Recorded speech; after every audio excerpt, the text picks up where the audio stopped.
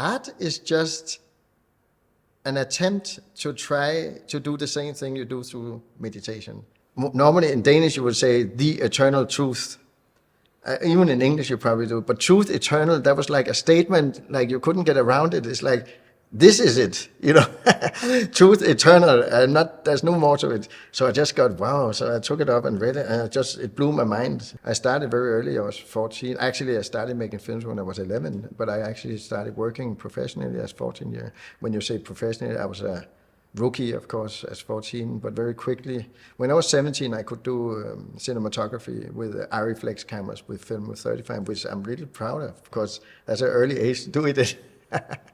And you didn't have any possessions, and only the clothes you needed, small heaps, no cupboards and anything like that.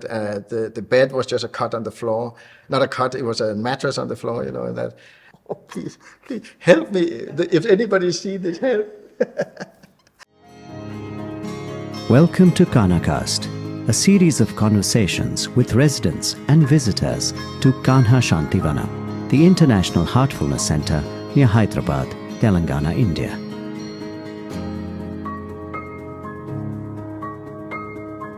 In this episode, we share an interview from the archives, which was shot in June 2020.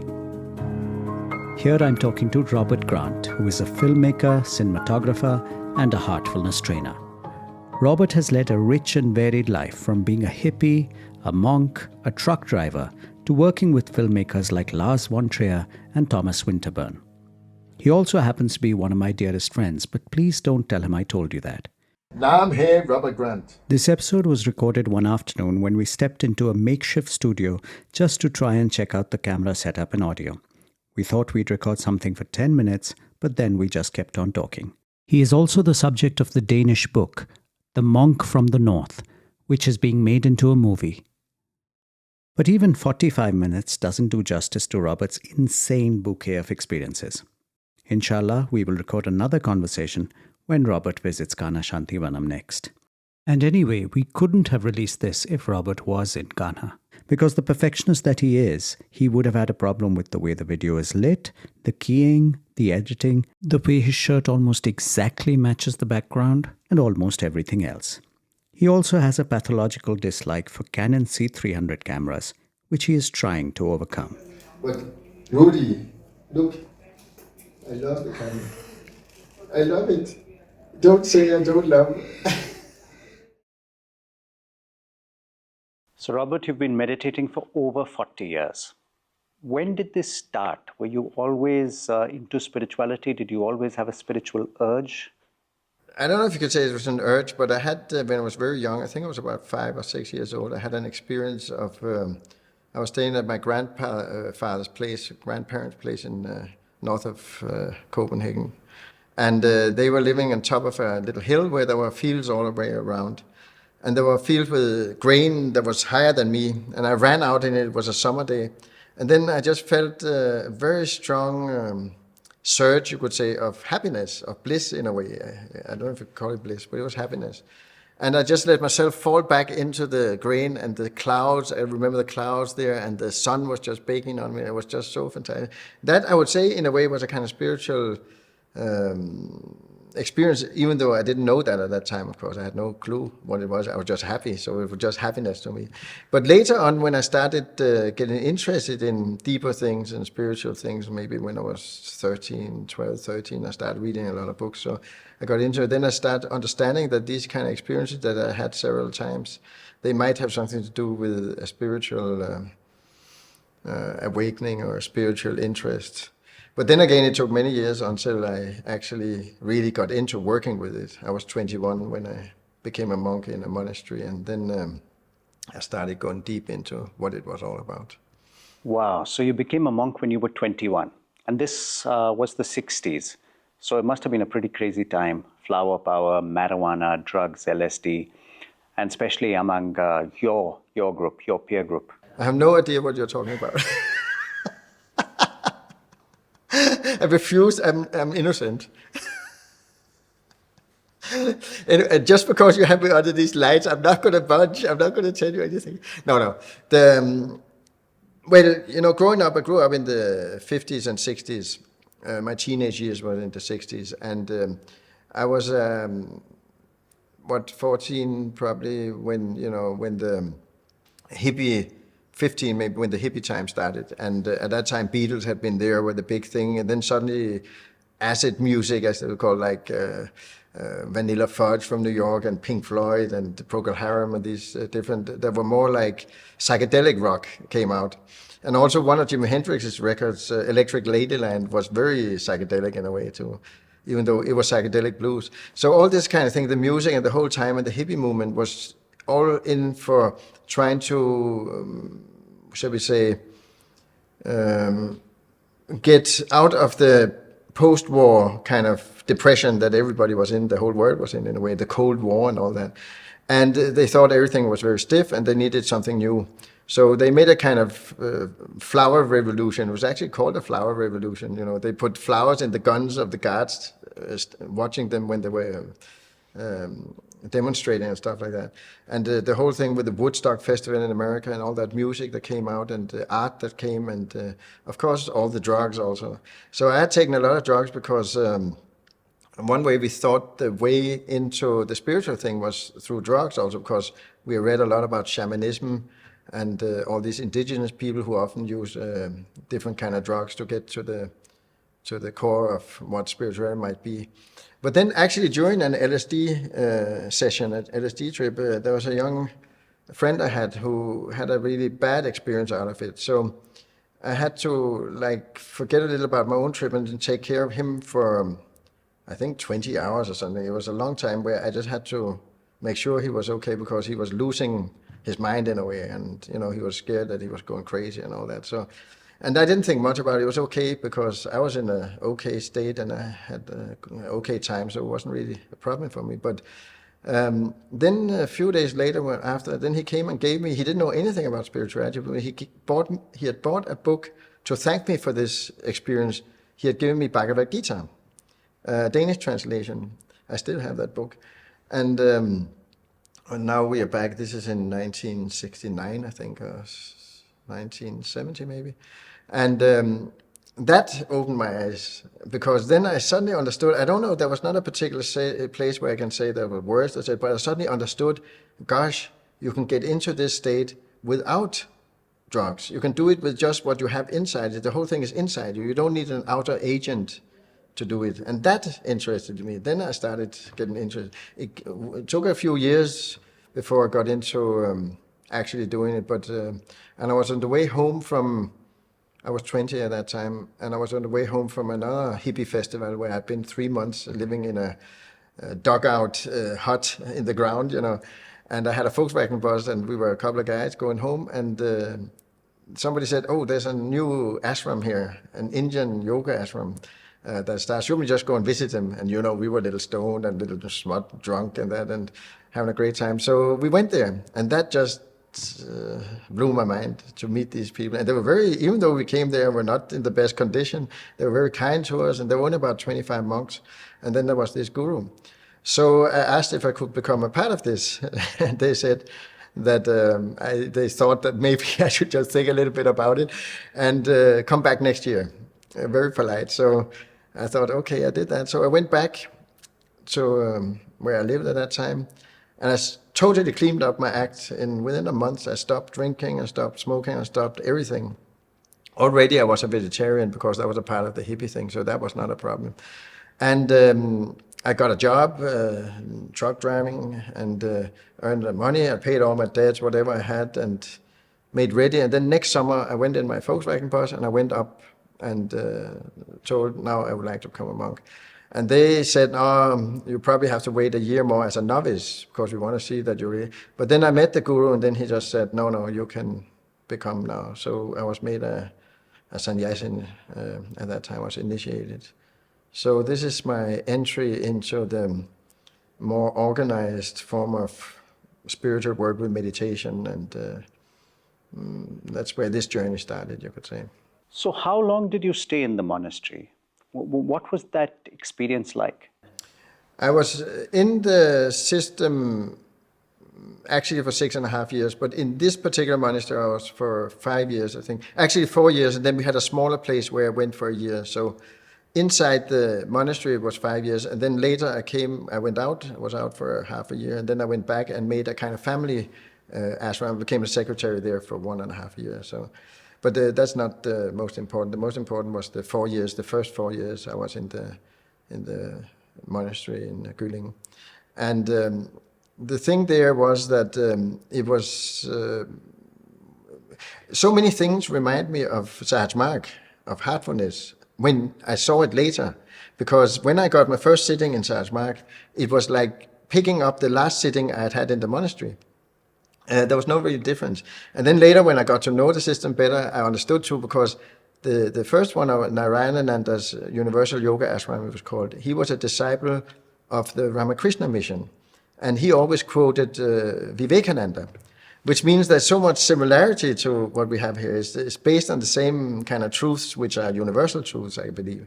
So it was very much the same. The meditation was different. We had mantra, japa, and concentration, and sitting without backrest, and it was a little more tough because it was a monastery, and you didn't have any possessions, and only the clothes you needed, small heaps, no cupboards and anything like that.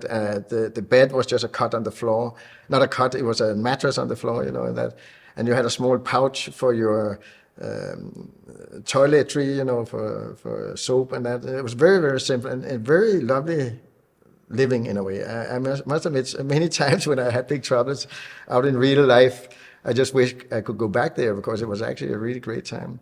The thing is that when you're in a monastery, you are allowed, in a way, you are sanctioned to not worry about the world outside. You have this, permission to just meditate and go deep and try to find out what spirituality is about, what your mind is about, what's going on inside of you, without any interference outside. So that was fantastic. This is going to be very long. Why don't you stop me? I'm in areas we can talk forever. It's like you, Yes, I think we should just go on talking forever, Robert. Do you want it more synthesized? No, I think it's great. Let's just carry on. You were saying you were really enjoying the life at the monastery. So what made you leave?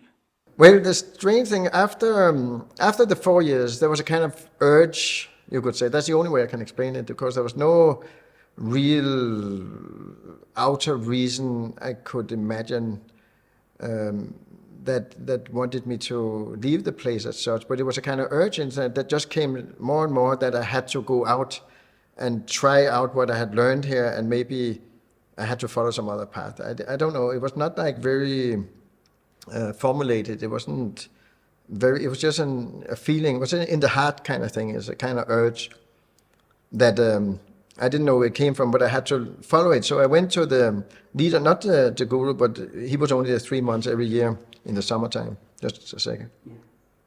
I got some fiber in my mouth. Okay. Can you stitch that together? Yes. Anyway, so... stitch the fiber, you mean? So, oh, please, help me. If anybody sees this, help. No, yes, this urge. So I went to the guy who took the senior monk who took care of the ashram when the guru wasn't there.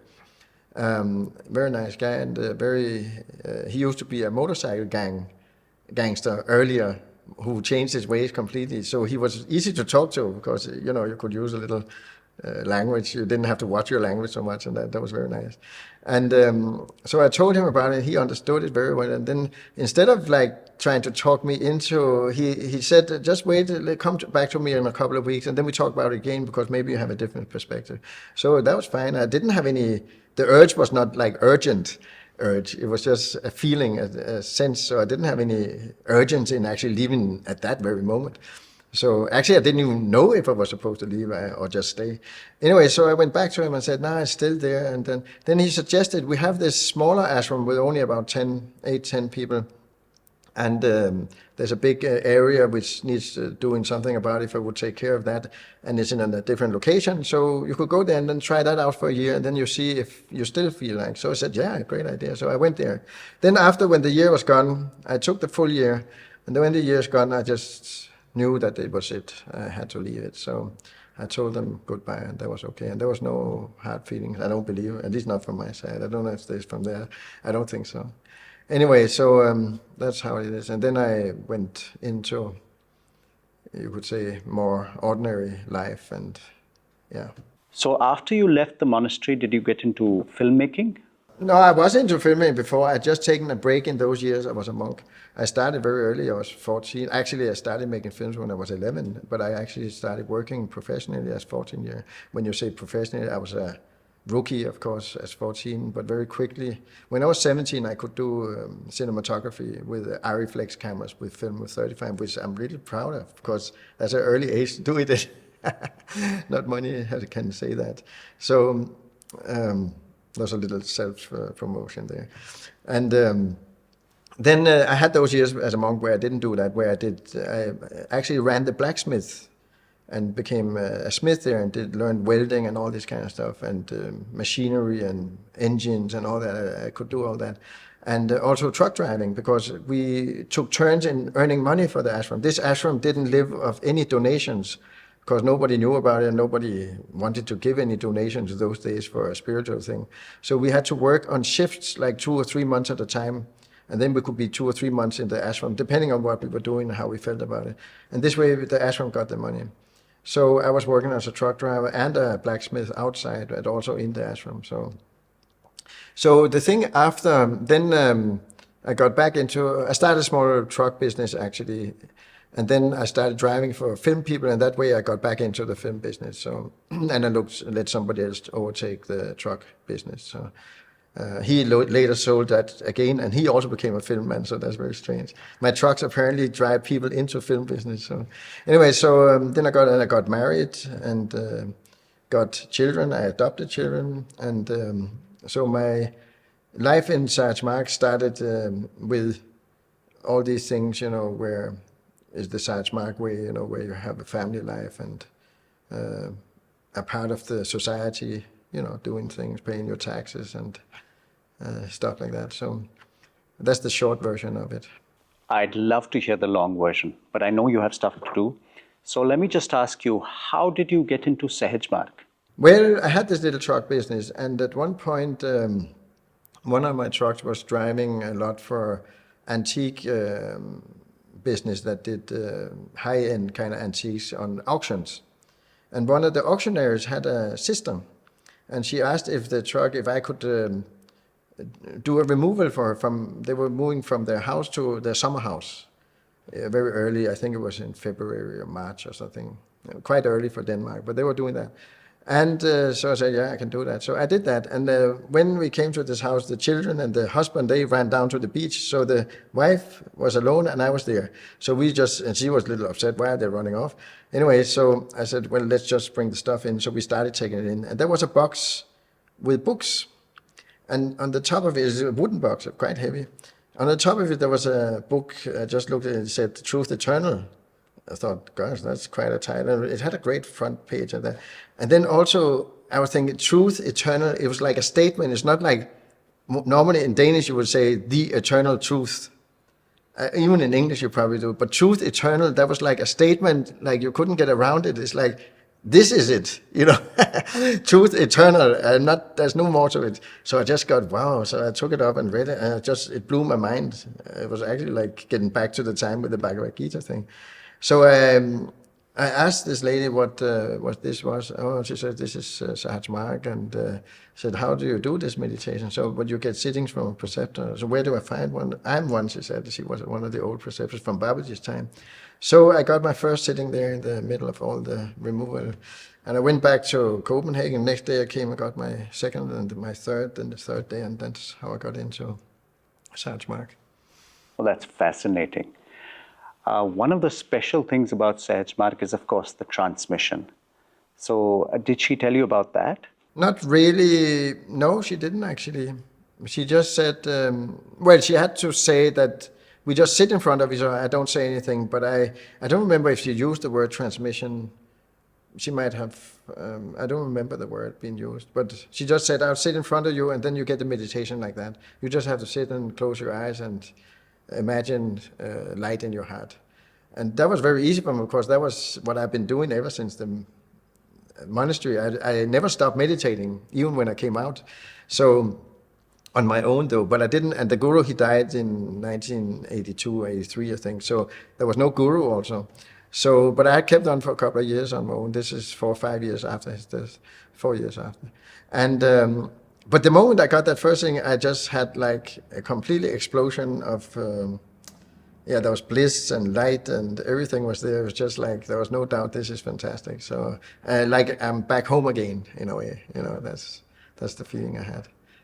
So you had your first meditation session and it was wonderful.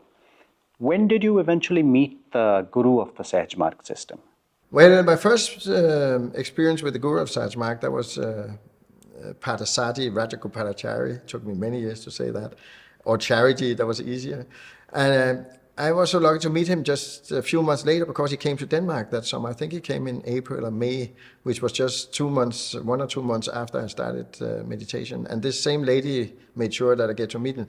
And the strange thing is he was holding some seminars in a school called the Bernadotte School, which is a school I went to once when I was young. And also several of the first full preceptors that were made, they also went to that school. It's a very progressive, modern pedagogics and everything in Copenhagen. So it had a big room and a great room, and it was much, the hippies' children would go there because that was, the modern way of thinking, a little bit like the Steiner schools. So strange, because it was a summer holiday, so it must have been June. And the school was closed, but because some of the old pupils were also preceptors, they had talked the headmaster into use it for seminars. I think even people could sleep there, and we could use their kitchen. And I met that Charji in the kitchen there. And I had this strange, because I had read a lot of books about, and disciples meeting masters and that. And one of them was, there were some stories that if you could get a master to feed you in the mouth with something, it was a very profound thing. I was a little bit off there, but then we came into this, I met him and he was very nice, and he was having strawberries. So he said, "Do you want some?" He says, "Yes, but you have to give me one." And then he was a little looked, but he did it. And everybody was, "What is going on here? This guy is crazy." And I don't think he actually liked doing the charity, but he did it, and I was very happy. So that was my first encounter with him. So that paved the way for a long relationship. So you mentioned you had some funny ideas about gurus at that time, like getting him to feed you. What is your idea of a guru today? Well, that has changed, of course, because it will also change because I only know a little snippet of it. I only see the little top of the iceberg, so I have no clue really what's all is going on. But I know some things I've seen, and I understand some things. And one of the things is this thing that on your own, I think is very, very few. I mean, out of the billions of people on the earth, it's probably not even a handful who will be able to do it on their own. And that's probably because they come here to earth as avatars, or what you call it, spiritual, special beings. So I think everybody needs a guru to get the last path. Also, we are in a way forcing, that's my belief, I don't know if I haven't got it tested anywhere, but my belief is that we are really forcing evolution to go faster. Because if we just went through evolution through our spiritual, it would probably take lives after lives. We have the chance through a guru in one and same life, this life, to get to the point of no return, you could call it, to the purpose of life, of a human being's life. And this is the guru can help you to do that. But even if you have a guru, you can miss it, because if you don't understand his worth and what he can do for you, and don't do what he puts you through, or try to stay away from him, or from his teachings, or from what he's doing. And when I'm talking about teaching, I'm not talking about what he writes in books or what he says in seminars. It's that spiritual teaching that's going on inside of you that maybe doesn't have any words, but can be, the closer you get to the guru, and the closer you get to maybe to the goal of what you're trying to achieve, the more difficult it gets, and the more tough and also painful in a way. The pain increases as the bliss also increases. Unfortunately, it goes together. I don't think it's fair. It's like that. I think that in creation something went wrong, because I don't think it's okay, but that's how it is. I'm sorry. We have to do it. We have to go. We have to, in Danish, I think you say, and maybe in English too, you have to take the sweet with the sour. There's no way around it, unfortunately. And how would you explain transmission? Transmission, as I understand it, it's just cosmic energy in a condensed form. It's like water coming, but if you send it out through a hose, it comes more powerful. And I believe that's the very simple way of saying it. And a guru of high caliber, a guru who is connected with a hierarchy of high entities, of highly spiritual entities, you could call them. I don't know if you can call them people when they're in that state. That he can transmit this to anybody and everybody, to the world, to maybe to the universe as such. And if you tune into it, then you can partake in it, and you can also, as a spiritual trainer, you can also guide it onto other people, go through you to other people too, if you keep yourself pure enough. That's necessary though. You've had the experience of being close to gurus, first with Chariji and now Daji. What is it like being around a guru? That's fantastic, of course, and everybody wants to do it, but it's also tough because you're being trained. So because you have to get rid of things, you have to get rid of past samskaras. And that's where the big problem is, because some of them we don't want to get rid of, we want to hold on to them. And for some stupid reason, I don't know why, but maybe because it's like taking a jump out from, a bungee jump, but without the elastics you feel. You don't know if they're there. They are there, but you're not sure, you can't see them, so you have to jump. And you have to trust that this guy, this guru, is going to catch you. And that can be difficult because we, as human beings, I am at least, can be suspicious, doubting, not knowing if this is the right thing I'm doing. I keep doubting myself all the time. I have to make reality checks, you could say, on myself all the time. And the more I get into the spiritual, the closer I get to the guru, the more this also is there. And that's very painful. So the pain also, that's why I said before, the pain increases. But also, the goal becomes more visible too. It becomes more tangible. You can sense it is there. So it's all the time there's this pulling, I don't want to do this, but oh yes, I also want it. It's terrible. It's a little bit schizophrenic, but this is how it goes, And I'm sorry to say that if you want to go deep into a spiritual thing, I don't know if I should say this because it might turn people off from it, but I think there has to be a minimum of willingness to give up your comfort zone, being in your comfort zone, and willingness to give up your beliefs and your ways and the way you think you are or are supposed to be. That is probably the biggest problem. Your personality, you have to give it up in a way. You'll get a new one, but it might not be one that you have made. So there's something in that. Gurus get a lot of bad press. I mean, there are so many kooks and crazies out there. How would you recommend one chooses the right guru? Of course they get bad press because they're putting you through a washing, a dryer, a ringer. I mean, they're not always that nice gurus, It's a tough thing to be with a guru. But it's also out of the deepest love that they're doing what they do. So to find a guru that has this capacity, and I would believe that I've been lucky to have met 3 of them actually in my life. And 2 of them deceased now, but I have one now that I really think he really is the thing, I have no doubt about that. But to find one, I think is very difficult, but you have to be skeptic in a way. I actually suggest everybody should be skeptic, but not to the point where you shut off everything. You have to be curious, courageous, and skeptic. So these 3 things are very necessary for this.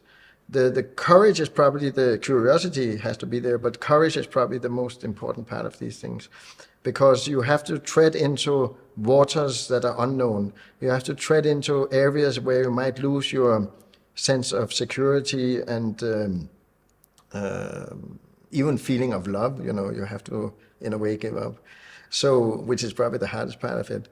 And so, to check a guru, it's okay to be very skeptic and use your time.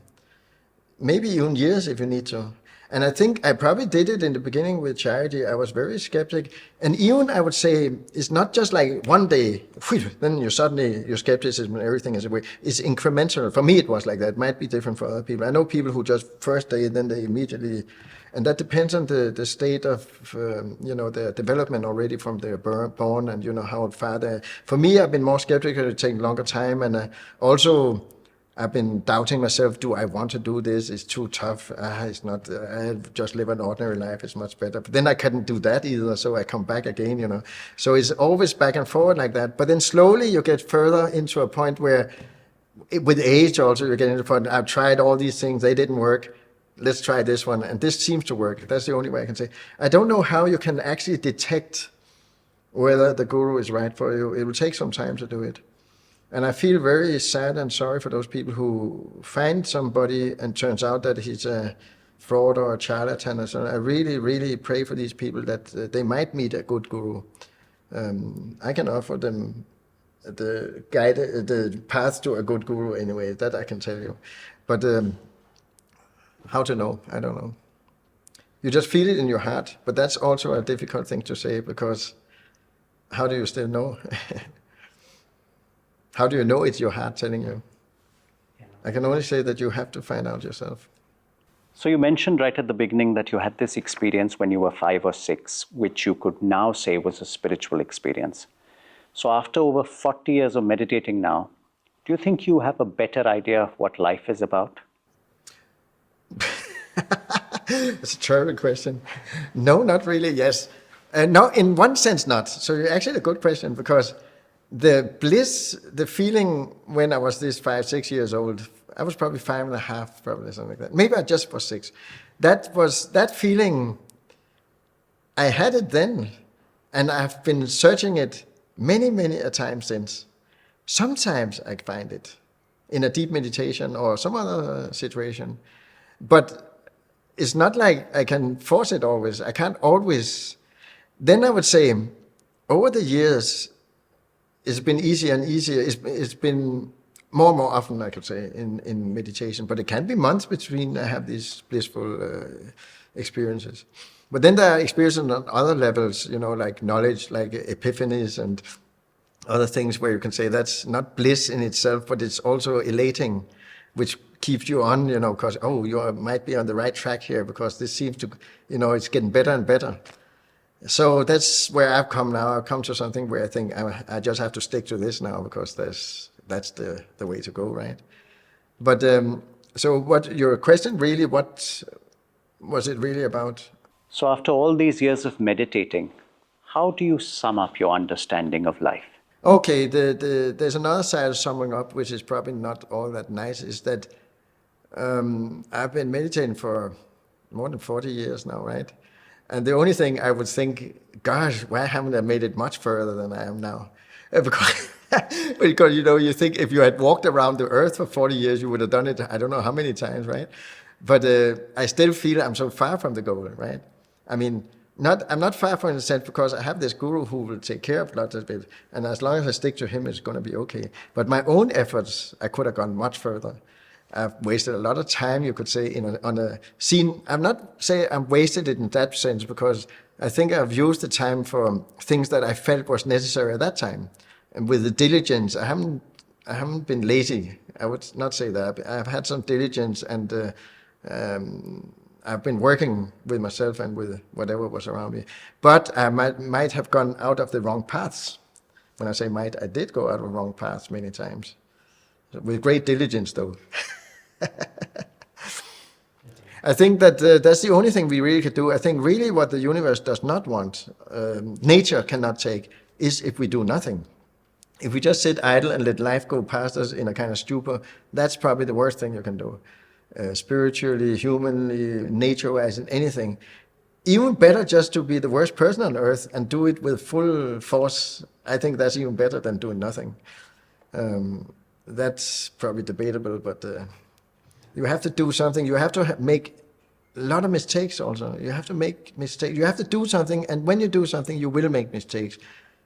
You fall, you stumble, you fall off the horse, you get back on. Go ahead again, make another mistake.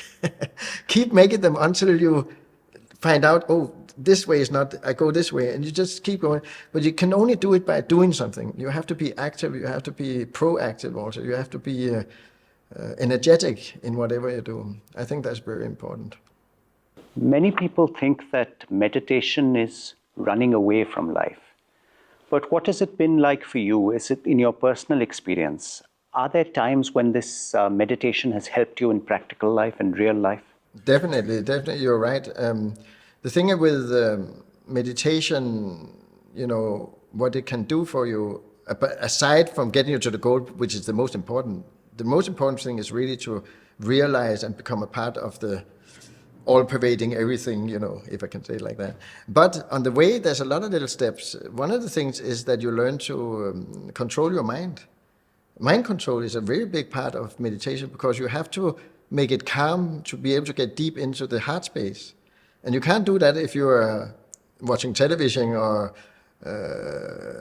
taking LSD or smoking or running or all these things. You have to sit down and harness your mind and make it calm and make it relax. And in a way, I don't know the English word, make it even so that it's in balance, have the balance. That takes some sort of mind control. And there, by practicing meditation, by doing it every day, every single day, I think in my whole 40 years, maybe I think I can say that maybe 5 times or something I didn't meditate in the morning. Sometimes it was maybe only 10 minutes, I will give you that, but I had to do those 10 minutes even, because then I would lure myself into say, this 10 minutes there, like that's it. That's like a good full hour. I would believe I can do that. Self-deception is called, but it works. But I had to do that. And that makes it so that just the moment, when I get up in the morning, the first thing, I can't get up without meditating. I have to meditate. It's just, everything, I think my genes have become like that. Everything in me wants to meditate. I haven't really had any times where I don't feel like doing it. But even when I have it, do I have to do it today? Then yes, I have to. And I do, and I sit because a part of me just wants it so much. So not that I every time, often when I do meditate, I wouldn't say often, but many times when I do meditate, nothing really, I don't feel anything's happening.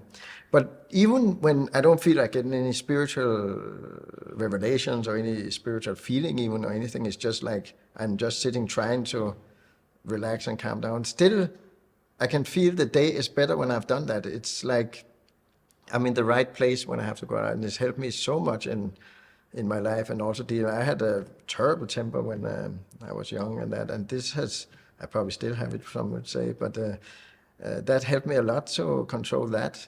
And to be like, when people were attacking me for something or something, that I could be more calm and just look at the situation instead of getting emotionally involved in it. Not that I always do that, because I can still get emotional about things. Sometimes it can run away with you, So it's not like 100% done, but it's a great, great help for it. Depressions, I had a lot of depressions through my life, very deep ones, even to the point of where I wanted to commit suicide. And that was, there, meditation also helps. The moment I have this feeling, I go and sit and meditate, and then everything is soothed out. A feeling of depression is just a kind of emotion also. It's probably just some chemicals sometimes in your brain that makes you feel like that. And by meditating, you actually get away from the brain, first of all. You get into this heart region, the brain relaxes, and maybe it just balances something up there. So. And I would also say, for knowledge-wise, knowledge about things, through meditating, you have it's much easier to assimilate knowledge very quickly, actually, read books and it is just generally assimilating knowledge, whether you get it from inside or you get it from reading books. Assessing situations sometimes can be much easier, I feel, when you have this acuteness that you have when you come out of meditation. So I would definitely say it's, even if you didn't go for the goal, which spirituality is all about, then meditation would be a fantastic, or is a fantastic life hack. I think that's the word you use now. It's a life hack in itself. It's a very, very powerful tool for anybody. I think everybody knows that by now. Not that everybody, they heard about it at least, because there's so much going on of that kind on the internet and everything. So, and Sarasmark or Heartfulness is great in that, also to learn to relax the mind and that, So earlier you mentioned the goal of life. So what do you think is the goal of human life? There's this pot of gold at the end of the rainbow, $1 million, I think it should be doing. No, cut that out. No, the goal, really the goal, how I see it or how I envision it, is that we have all come from one big kind of entity, which is the universe in itself, with everything in it. It's the force, the power of creation, everything that is in creation. We come from that same source. We are like a little drop of that, or a speck of that source. And we have all these things in us, like we talked earlier, people talk about microcosmos and macrocosmos. So we are like, we have so many cells in us, so many things going on, so many processes that are so fantastic, that we in itself are a universe. But we are also a part of a bigger universe, which is all the planets and the nature as it is, all the 7 point something billion people. We are all the same. We have the same kind of source, the same energy, the same. If you stripped everything else of us, we would have the same energy in there. And the really idea, I think, with the creation of life is really to fulfill, to make this thing come out of the creation and become all-pervading. That's how I see it. So my little clustered life force caught in this body has to somehow come out, in a way, realize itself in all my cells, in all my being, and take over totally, so my body in a way can be cast away and has nothing to do with it anymore, and then enter into this all-pervading everything. This is my own words on it. This is how I understand it. I don't know if it makes sense. I think that kind of makes sense to me. It might to you. Gosh, you're way out if you understand it. Robert, you've been making films since you were 11. And sometimes art and creativity, you get the urge through dissatisfaction, you know? And after meditation, there is a level of contentment that you feel. So does that affect your art? Do you lose the urge for art and creativity after meditation? No. Art is just an attempt to try to do the same thing you do through meditation, to reach that goal, to make this soul express itself and become a part of everything. That's what all art is about. Only thing is, unfortunately, very few artists have any clue of this. But if they think about it, this is what it's all about. It's creation trying to express itself. And we all do it from the day even a grass trying to come up through the concrete is doing this, just not knowing it. So art is just another way of spirituality, you can say. That's probably what is closest for people who are not into, who don't know the spiritual scriptures or philosophy, I would say, or don't deal within that. They go for art instead. Art is easy because it can be presented, so you don't have to do much. Art can be in form of music or paintings or poetry or books or anything else you think. But often art, for the people who are into art and who understand art, maybe don't have the time or inclination to do it themselves or the ability to do it themselves, but they know how to enjoy it. And it's presented to you. Where meditation is something you do. You make the effort to sit down and meditating is doing the same thing as art is. It's an art in itself. It's just the art of the heart. There was this poem that I got through somebody that they said it was Charity who had said it. I don't know if it's his poem. It was, "Be aware and everything comes to you. Open your heart and let all things pass through. Of all the things, choose the better part. The only art is the art of the heart."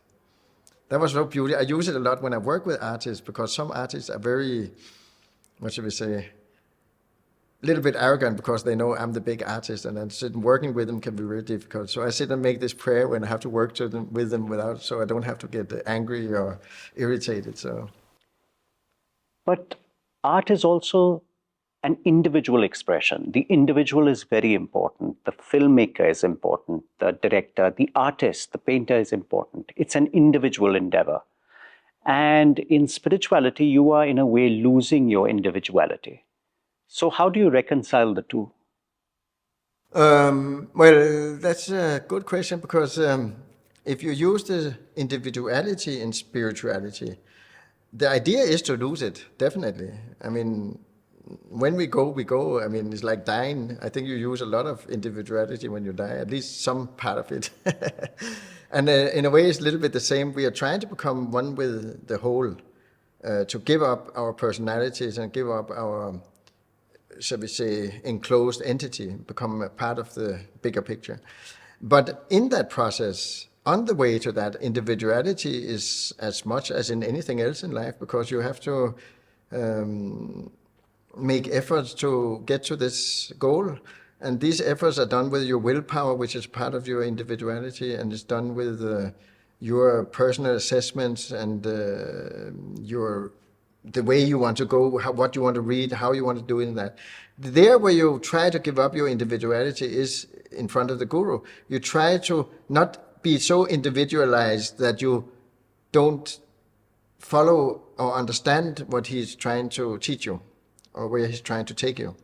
There, I would say individuality is bad if it becomes like with arrogance or ego or other things. But it doesn't mean you're still a very individual. You're still, I mean, if you take all the cells in your body, each on the amoeba stage, each of them are a little individual little thing, but they do something for the good of the whole.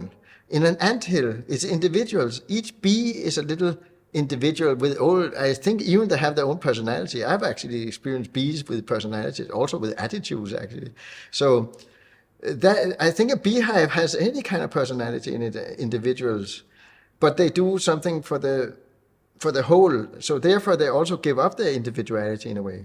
I don't know if it makes sense to say this. It might not be the right wordings, but this is how I see it. So this is my understanding of it.